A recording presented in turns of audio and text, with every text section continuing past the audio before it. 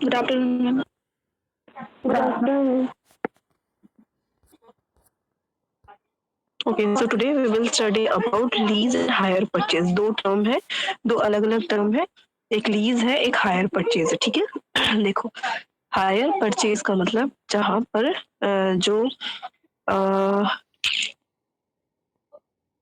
Suppose करिए lease hire purchase में ये होता है कि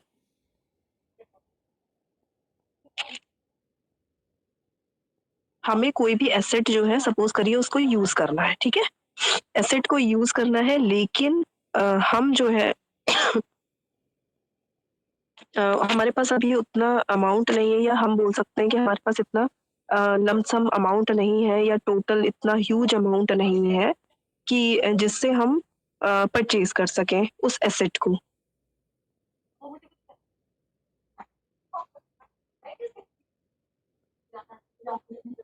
ठीक है, वेट अ मिनट बेटा,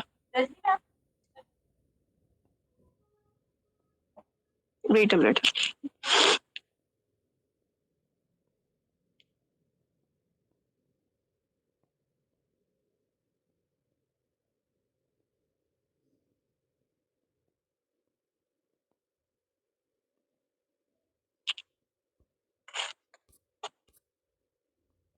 screen is visible to everyone.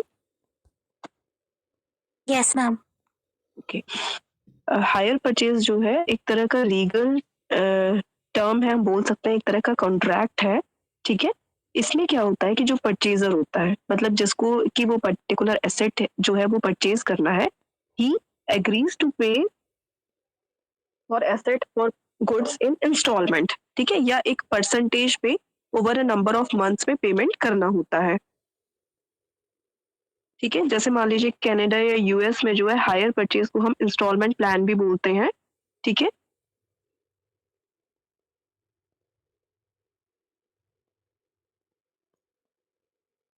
ठीक है, इसमें क्या रहता है कि सपोज करिए एक सेलर है, एक बायर है.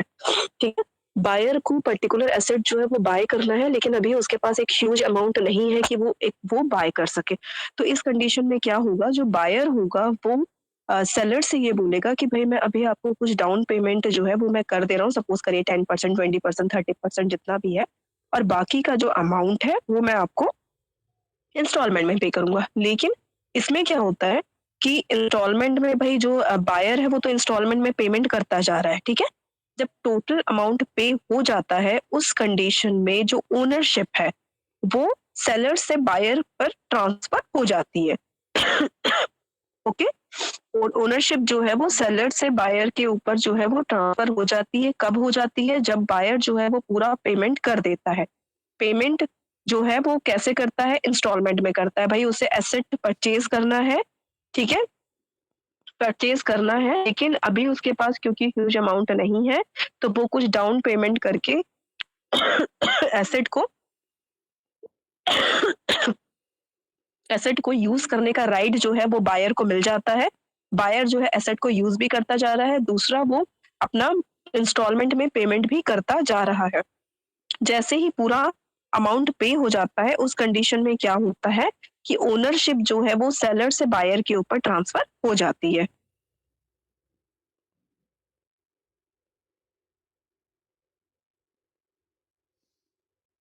ठीक है, और जब पूरी ओनरशिप कब ट्रांसफर होती है, जब जो बायर है वो फुल इंस्टॉलमेंट पे कर देता है.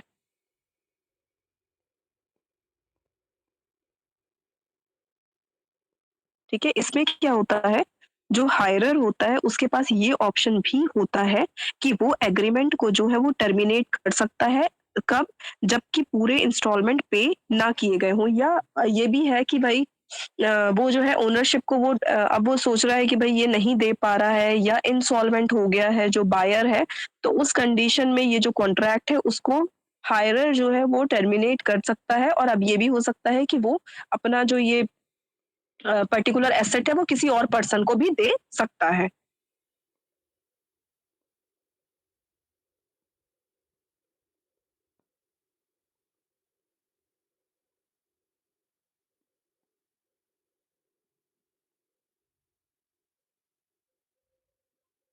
कि जो इंस्टॉलमेंट्स होते हैं वो हमारे मंथली बेसिस पे होते हैं, कई बार क्वार्टरली होते हैं, कई बार ईयरली बेसिस पे होते हैं, ठीक है?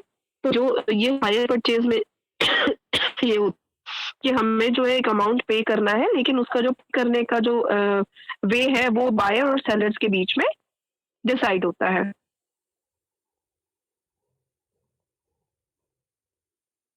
ठीक है?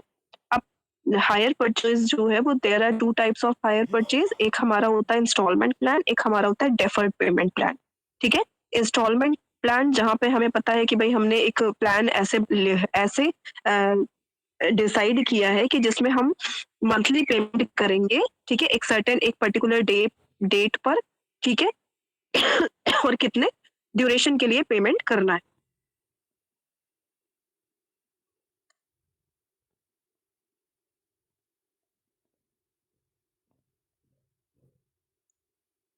ठीक है?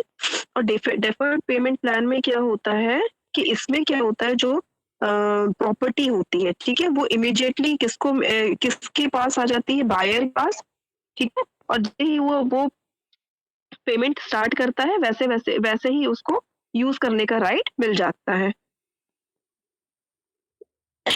अब एक एक टर्म है that is called lease financing, ठीक है? लीज़ फाइनेंसिंग का मतलब ये होता है कि लीज़ फाइनेंसिंग में जहाँ पर हमें राइट होता है किसी भी पर्टिकुलर एसेट को यूज़ करने का, पर हम उस हमें उसी उसकी ओनरशिप कभी भी नहीं मिल सकती है, ठीक है? लीज़ फाइनेंसिंग का मतलब ये होता है कि हमारे पास राइट है उस पर्टिकुलर एसेट को यूज़ करने का कि भई हम उसको सर्टेन रेंट पे कर रहे हैं उसका। लेकिन उसके बदले में हमें हमें जो है कभी भी ओनरशिप नहीं मिल सकती है। Okay, lease is a contract under which a laser, ठीक है, मतलब जिसका एसेट है या जिसकी प्रॉपर्टी है उसे हम लेसर बोल रहे हैं, ठीक है, और जो जो बाय कर रहा है या जो रेंट पे ले रहा है वो लेसी कहलाता है। Lease is a contract under which a lessor the owner of the asset gives right to use the asset to a lessee the user of the asset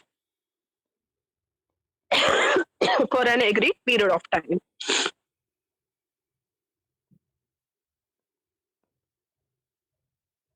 ठीक है, एक एग्रीड पीरियड ऑफ टाइम में use करने के लिए दिया जाता है एक रेंट एग्रीमेंट नहीं, लीज रेंटल बोलते हैं जिसको। एक लीज रेंटल जो है वो डिसाइड किया जाता है कि भाई इतने, सपोज करिए 10 इयर्स के लिए दिया मैंने आपको अपना एसेट यूज करने के लिए, उसमें जो है मैं आपको कितना रेंट जो है वो मंथली में डिसाइड कर रही हूँ कि इतना रेंट आपको मुझे देना है। लेकिन इसमें क्या है, आप चाहे 10 इयर्स के लिए यूज करें उस पर्टिकुलर एसेट को या 20 इयर्स के लिए, लेकिन यहाँ पर ओनरशिप जो है वो नहीं ट्रांसफर होगी। यहाँ ओनरशिप या मैं एज एज अ लेसर या मैं ओनर हूँ एसेट का, तो ओनरशिप हमेशा मेरे पास रहेगी। ठीक है? हायर परचेज में क्या होता है कि हम किसी भी एसेट को परचेज कर रहे हैं, लेकिन हमारे पास इतना ह्यूज अमाउंट नहीं है कि हम पूरा अमाउंट देके उस पर्टिकुलर एसेट को परचेज कर सके। तो हम क्या करते हैं, हम कुछ थोड़ा-सा डाउन पेमेंट करते हैं, उसके बाद फिर हम उसका धीरे-धीरे पेमेंट करते हैं। ठीक है? धीरे-धीरे पेमेंट करते हैं। जब हमारा लास्ट इंस्टॉलमेंट पे हो जाता है, तब जो ओनरशिप है वो हमें मिल जाती है। लेकिन लीज़ में क्या होता है, लीज़ में एक तरह से रेंट पर हम ये बोल सकते हैं कि हम रेंट पे कोई पर्टिकुलर एसेट या मशीनरी या लैंड को यूज़ कर रहे हैं। यहाँ पर हम जितने टाइम ड्यूरेशन या जितने इयर्स वो पर्टिकुलर एसेट या प्रॉपर्टी को यूज़ करेंगे, हमें उसका रेंट देना होगा। लेकिन ऐसा नहीं है कि मतलब कुछ टाइम के बाद या एक पर्टिकुलर पीरियड ऑफ टाइम के बाद ओनरशिप आपकी हो जाएगी, नहीं, लीज़ में ओनरशिप आपकी नहीं है। हायर परचेज़ में आपकी ओनरशिप हो जाएगी, लीज़ में आपकी ओनरशिप कहीं नहीं होगी। This is main difference between lease and hire purchase. ठीक है? लीज़ पेमेंट्स जो हैं वो डिफरेंट टाइप्स के होते हैं। बेसिकली या ब्रॉडली हम उसको 2 टाइप्स में डिवाइड करते हैं, that is financial lease and operating lease. ठीक है? और जो डिफरेंट टाइप्स ऑफ लीज़ होती हैं, that is sale and lease back होता है, एक लेवरेज लीजिंग होती है और एक डायरेक्ट लीजिंग होती है। ठीक है? बेसिकली जो है there are 2 types of lease agreements, एक हमारा फाइनेंसिंग लीज़ होता है, एक हमारा ऑपरेटिंग लीज़ होता है। ठीक है? इसके अलावा सेल एंड लीज़ बैक होता है, लेवरेज लीज़ होता है और डायरेक्ट लीजिंग होता है। अब फाइनेंशियल लीज़ क्या होता है? Long term non cancellable lease जो कॉन्ट्रैक्ट होते हैं वो फाइनेंशियल लीज कहलाता है।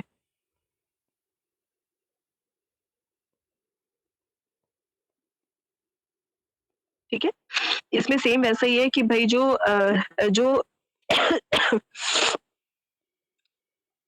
जो लेसर है, ठीक है?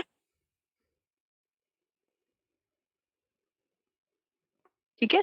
एक नॉमिनल कॉस्ट में एक रेंट जो है हमें पर्टिकुलर एसेट को यूज़ करने का एक मिलता है। ठीक है?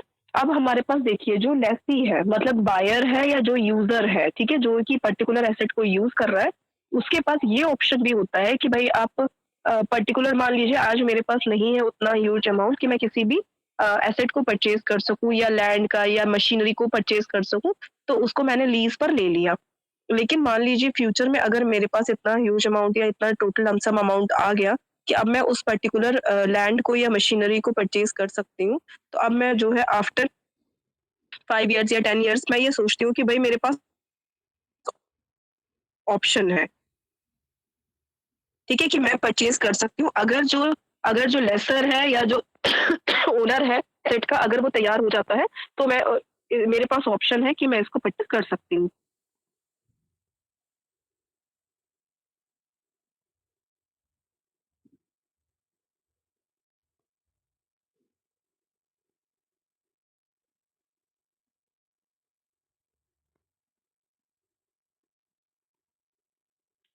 ठीक है?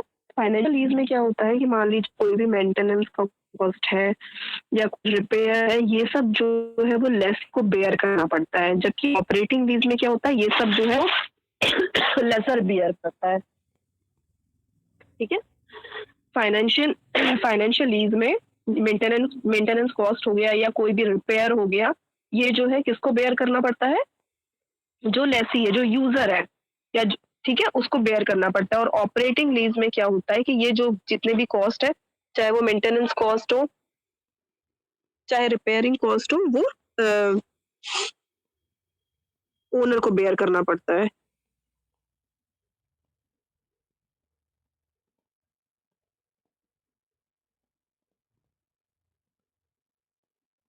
ठीक है?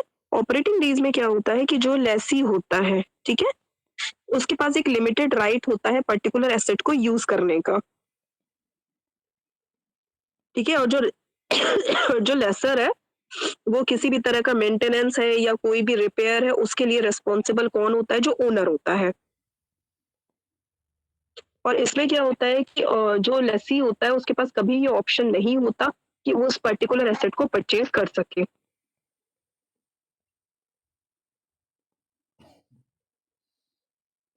ठीक है? अब जैसे एग्ज़ाम्पल हो गया हमारा माइन्स हो गया या कंप्यूटर हार्डवेयर हो गया, ट्रक हो गया, ऑटोमोबाइल्स हो गए, ठीक है? ये हमारे सूटेबल किसके लिए होते हैं? ऑपरेटिंग लीज़ के लिए।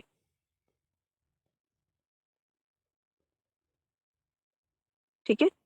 सेल एंड लीज़ बैक, ठीक है? ये एक तरह का पार्ट है किसका? फाइनेंस लीज़िंग का।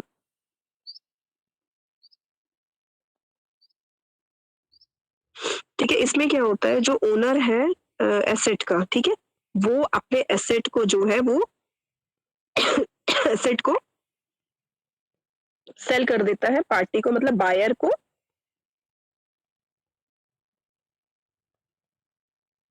ठीक है?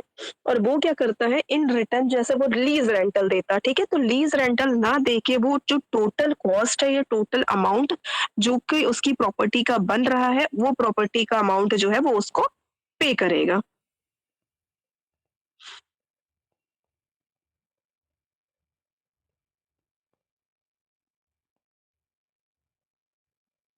ठीक है? इसमें क्या होता है कि ओरिजिनली जो है वो कोई एक्सचेंज नहीं होता या फिज़िकली हम बोलें कि कोई भी एक्सचेंज नहीं होता है एसेट्स का, सिर्फ़ एक ये हम ये बोल सकते हैं कि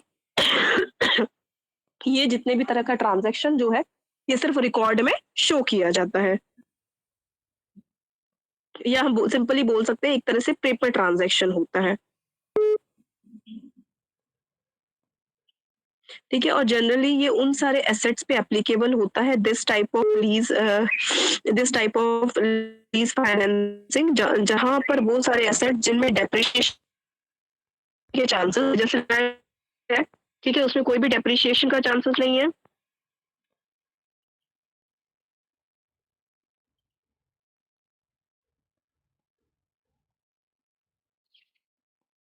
ठीक है, अब जैसे ये फिगर है, आप इससे समझ सकते हैं कि जैसे कि जो सेलर है, ठीक है, एक सेल ट्रांजैक्शन करता है, एक सेल वैल्यू होती है जिसपे कि वो पर्टिकुलर एसेट को बायर को देता है। सेम ऐसे ही जैसे कि लेसर जो है वो एक लेसी को लीज ट्रांजैक्शन या लीज रेंटल के थ्रू जो है वो लेसी को अपना एसेट जो है वो यूज करने के लिए देता है, या हम ये बोल सकते हैं कि बाय बैक करता है वो अपना पर्टिकुलर एसेट को। ठीक है, एक हमारा है लेवरेज लीजिंग। लेवरेज लीजिंग का मतलब इसमें क्या होता है, इसमें 2 लोगों के अलावा, जैसे भाई हम अभी तक लीज़ एग्रीमेंट हम पढ़ रहे हैं, हमें पता है कि लेसर है, एक लेसी है, एक ओनर है, एक बायर है, ठीक है? एक ओनर है, एक बायर या यूज़र है। अब जो लेवरेज लीजिंग होती है, इसमें एक थर्ड पार्टी भी इन्वॉल्व होती है।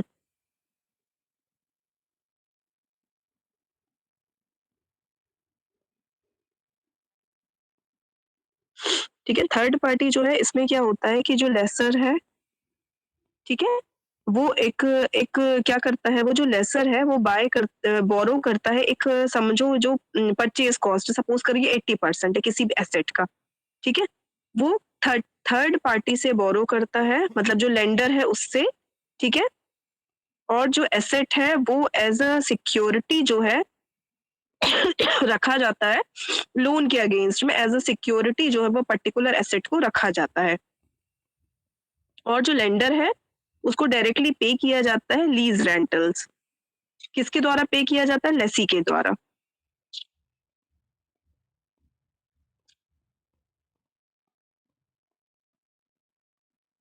ठीक है? और इसमें जो ओनर है, जो लेसर जिसको हम बोलते हैं, वो रिस्पॉन्सिबल होता है डेप्रिसिएशन अलाउंस अगर कोई भी होता है एसेट में, तो उसके लिए रिस्पॉन्सिबल कौन होता है? जो ओनर होता है, जो लेसर होता है, लेसी नहीं।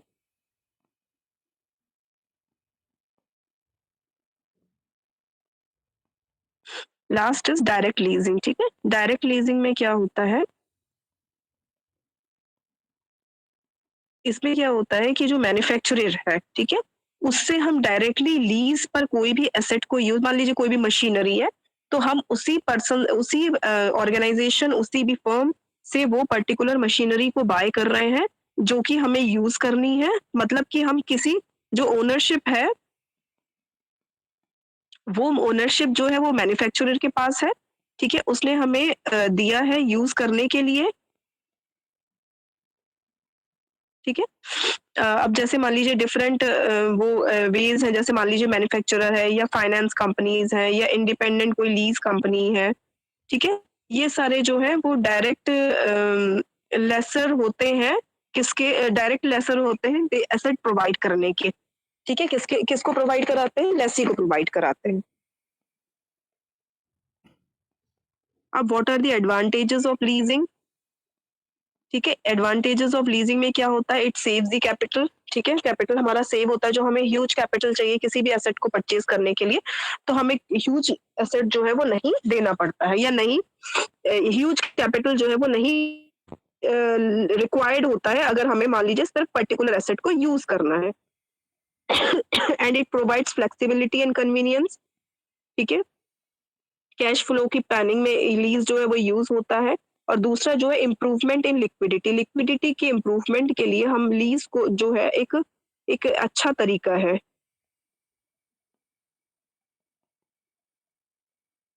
ठीक है। अब what are the disadvantages of leasing? Leasing के ये डिसएडवांटेजेस हैं कि यहाँ पर जो है वो एंटायर वैलिडिटी पीरियड जो होता है हमारा, ठीक है, हमें पूरा उस उतनी ड्यूरेशन के लिए हमारा कमिटमेंट होता है कि इतने ड्यूरेशन के लिए हमने पर्टिकुलर एसेट को लीज पे लिया हुआ है, ठीक है। अब उसके कारण क्या होता है, हायर फिक्स्ड कॉस्ट होता है हमारा पर मंथ। देखिए मान लीजिए जैसे कोई भी प्रोडक्ट है, कोई भी एसेट जो है, या हम जनरली अगर कार का एग्जांपल देती हूँ मैं, कि अगर आपके पास कैश है, अगर आपके पास ह्यूज अमाउंट है, ठीक है? ह्यूज अमाउंट से अगर आप कार बाय कर रहे हैं या कैश में आप बाय कर रहे हैं, ठीक है? तो आपको मतलब उसमें एक्स्ट्रा अमाउंट कुछ भी नहीं पे करना पड़ता। लेकिन वहीं पर अगर आपने कार लोन लिया है या आपने ये प्लान किया है कि आप इंस्टॉलमेंट में पे करेंगे, तो आपको कुछ परसेंटेज ऑफ इंटरेस्ट रेट जो है वो पे करना पड़ेगा। और जब आप उसको कैलकुलेट करेंगे तब आप देखेंगे कि सपोज़ करिए कि अगर वो कार 6 लैक्स की थी, तो अगर आपने उसको इंस्टॉलमेंट में या मैं बोलूँ कि आपने उसका पेमेंट जो है वो धीरे-धीरे करने के बारे में सोचा, तब आप जब टोटल कॉस्ट उसकी कैलकुलेट करेंगे, तब आप देखेंगे कि वो कार जो है वो आपको अराउंड 7 लैक्स की पड़ रही है, क्योंकि आप उसमें इंटरेस्ट भी पे कर रहे हैं।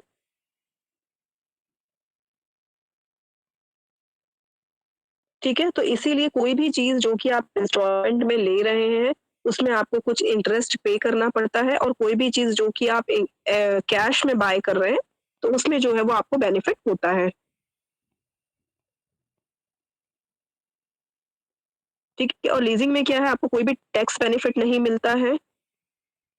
ठीक है? दूसरा, परचेज़ करने में ज़्यादा एक्सपेंसिव होता है, कोई भी एसेट जो आप परचेज़ करेंगे। और जो लीज़िंग है, लीज़िंग में ये होता है कि भई हमें इसमें ओनरशिप तो नहीं मिल रही है किसी भी पर्टिकुलर एसेट को, एसेट की ओनरशिप ट्रांसफ़र नहीं होगी। तो यहाँ पे क्या है, क्योंकि हमें पता है कि ओनरशिप ट्रांसफ़र नहीं होगी, हमें वो पर्टिकुलर एसेट जो है वो सिर्फ़ यूज़ करने के लिए यूज़ कर सकते हैं हम उसको।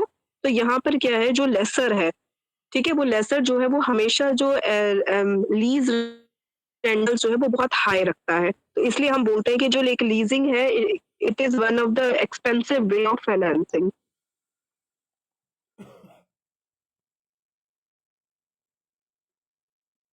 ठीक है?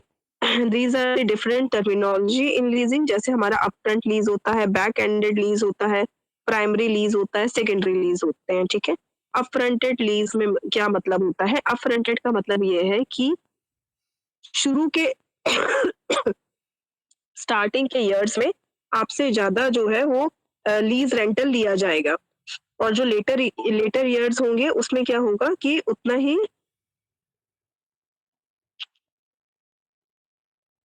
ही कम आपका।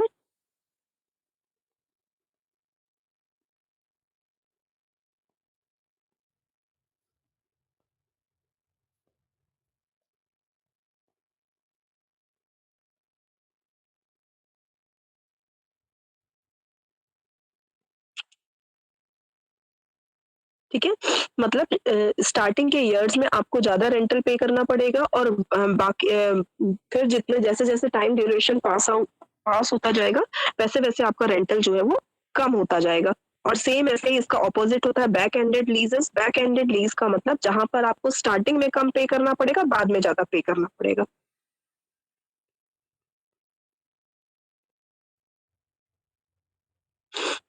ठीक है? अब प्राइमरी लीज़ में क्या होता है, इसमें ये होता है कि जो कॉस्ट ऑफ द एसेट्स होता है, ठीक है? और जो प्रॉफिट होता है, जो कि हमें लीज़ रेंटल से मिलने वाला है, ठीक है? उसको एक पीरियड ऑफ टाइम में, सपोज़ करिए 4 टू 5 इयर्स में रिकवर कर लिया जाता है,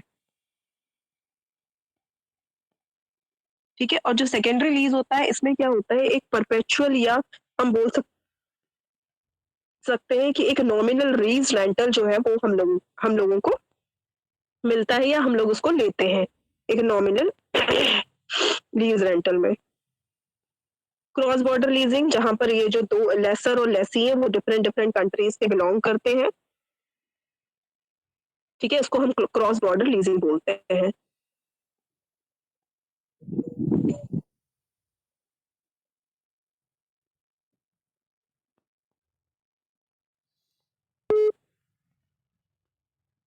ठीक है? और लीजिंग एक्टिविटी जो थी वो सबसे पहले इंडिया में 1973 में स्टार्ट हुआ। सबसे पहले जो फर्स्ट लीजिंग कंपनी थी इंडिया की, उसका नाम था first leasing company of India limited, जो कि 1973 में बनी। फारूक ईरानी जो एक इंडस्ट्रियलिस्ट थे, उन्होंने एसी मूथिया के साथ जो है वो फर्स्ट लीजिंग कंपनी जो है वो स्टार्ट करी। ठीक है? और इस कंपनी का क्या ऑब्जेक्ट था कि जो लीजिंग करना है किसका, मूवेबल एंड इमूवेबल प्रॉपर्टीज का, उनकी फाइनेंसिंग और लीजिंग करना है।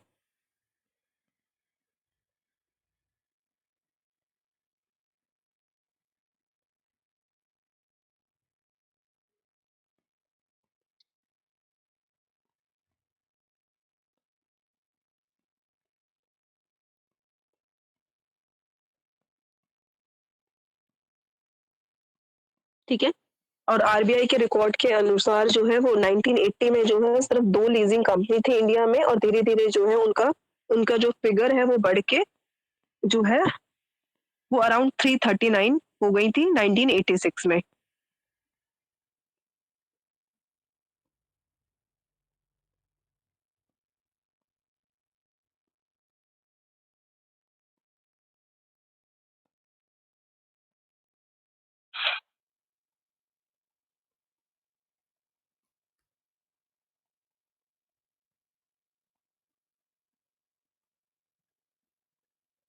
ठीक है?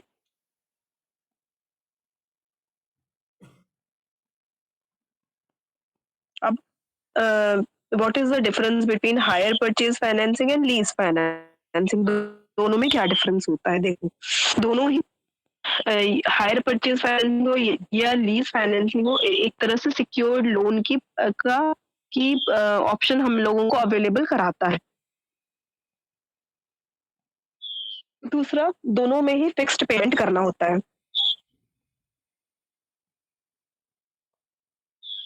ठीक है?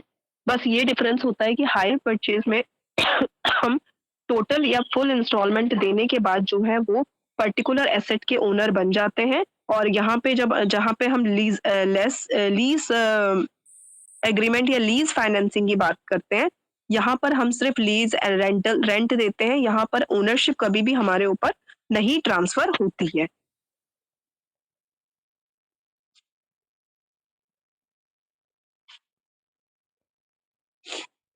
ठीक है? और जो डेप्रिसिएशन होता है यहाँ पर हायर परचेज़ फाइनेंसिंग में, so depreciation hirer is entitled to claim depreciation tax shield, ठीक है?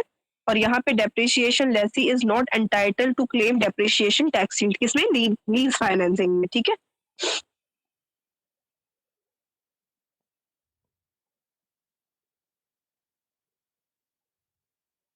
ठीक है? और लीज़ पेमेंट में क्या होता है, जो लेसी होता है he can charge the entire lease payment for tax purpose, ठीक है? और इसके कारण क्या होता है कि वो अपना टैक्स में सेविंग कर सकता है एक लीज़ पेमेंट के थ्रू।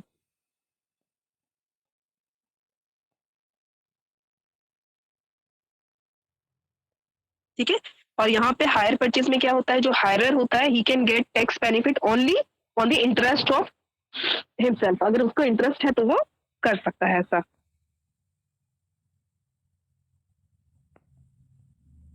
ठीक है? यहाँ पे क्या होता है हायर परचेज़ में कि जब वो पूरा इंस्टॉलमेंट पे कर देता है, तो वो ओनर कहलाने लगता है एसेट का। और यहाँ पर जो लेसी होता है he never become the owner of the asset, ठीक है? तो वो कभी भी ये नहीं बोल सकता कि भाई एसेट के जो सैल्वेज वैल्यू है उसके ऊपर मेरा कोई राइट है।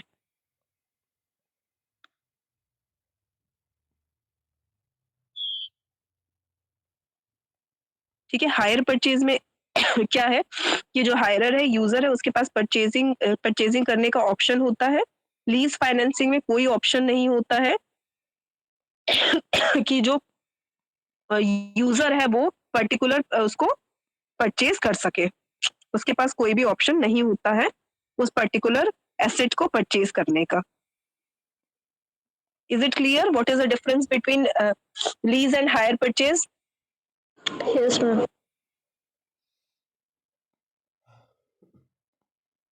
ठीक है?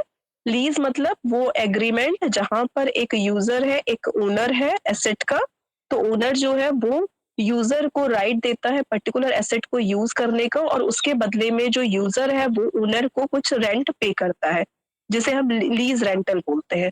और हायर परचेज़ में क्या होता है, हायर परचेज़ में जो बायर होता है उसके पास इतना ह्यूज अमाउंट नहीं होता है कि वो वन टाइम पेमेंट कर सके उस पर्टिकुलर एसेट के लिए, लेकिन वो ये बोलता है कि भाई मैं अभी कुछ थोड़ा बहुत डाउन पेमेंट करके इस पर्टिकुलर एसेट को परचेज़ करूँगा। लेकिन परचेज़ मैं तब कर पाऊँगा जब मैं थोड़ा मतलब अभी तो मेरे पास ह्यूज अमाउंट नहीं है, मैं धीरे-धीरे करके इस पर्टिकुलर एसेट को परचेज़ करूँगा। तो वो उस कंडीशन में क्या करता है, थोड़ा-सा डाउन पेमेंट करता है, फिर धीरे-धीरे इंस्टॉलमेंट में पूरा पेमेंट करता है कुछ सर्टेन ईयर्स के लिए, सपोज़ करिए 4 ईयर्स के लिए या 5 ईयर्स के लिए उसने टाइम लिया है कि 4 टू 5 ईयर्स में वो उसका पेमेंट करेगा। तो जब उसका पूरा पेमेंट हो जाता है तो जो ओनरशिप है वो सेलर से बायर के ऊपर ट्रांसफर हो जाती है। तो मतलब यहाँ पर जो बायर है या जो यूजर था पर्टिकुलर एसेट का, वो एसेट का ओनर बन जाता है after a certain period of time, after paying the total instalment और फुल इंस्टॉलमेंट पे करने के बाद वो ओनर बन जाता है।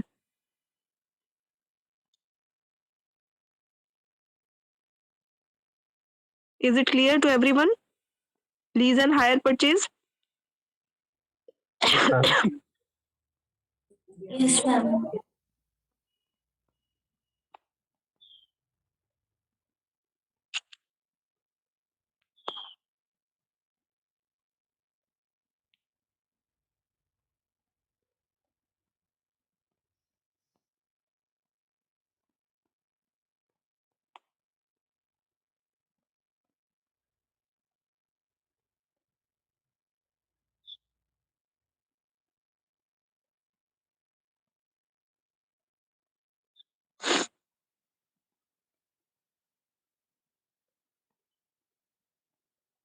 ठीक है।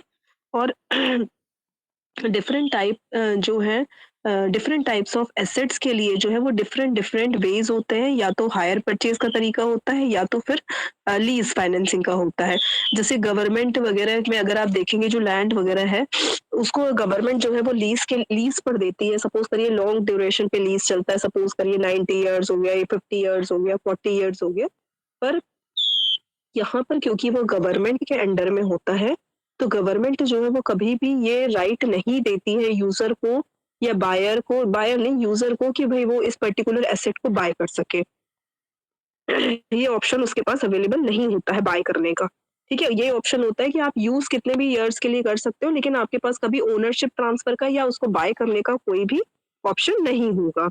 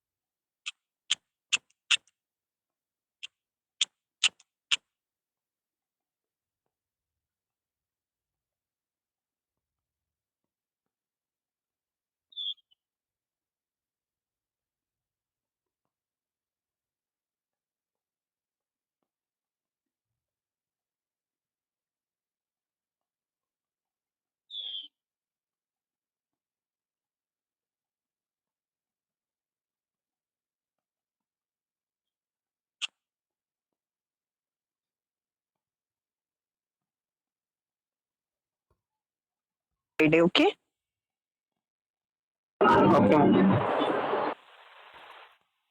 Okay, ma'am. Okay, good day to all of